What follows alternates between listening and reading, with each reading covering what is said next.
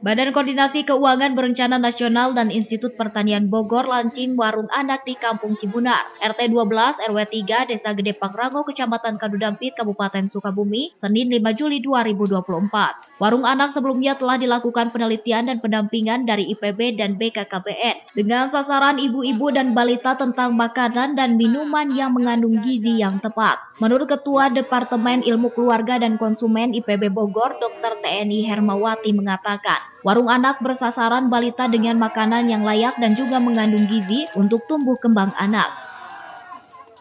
Mohon izin Bu, terkait kegiatan hari ini Bu, launching warung anak, bagaimana penjelasannya Bu dari IPB Bu?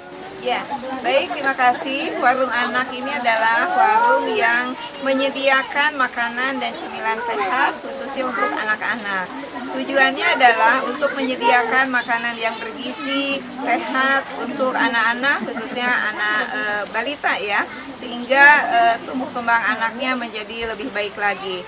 Kemudian juga ini untuk mempermudah para keluarga mengakses makanan sehat gitu ya, sehingga ibu-ibu bisa dengan mudah memberikan makanan sehat melalui warung anak ini. Jadi mudah-mudahan ini bermanfaat untuk keluarga-keluarga di Desa Gede Pangrango. Sementara itu, selain menyediakan makanan warung bergizi yang kaya anak, IPB dan BKKBN juga memberikan pendampingan dan penelitian seiring program pemerintah dalam percepatan masalah stunting di Kabupaten Sukabumi. Dari Kabupaten Sukabumi, Muhammad Ujang Heriaman, Tim Liputan MKAS TV melaporkan.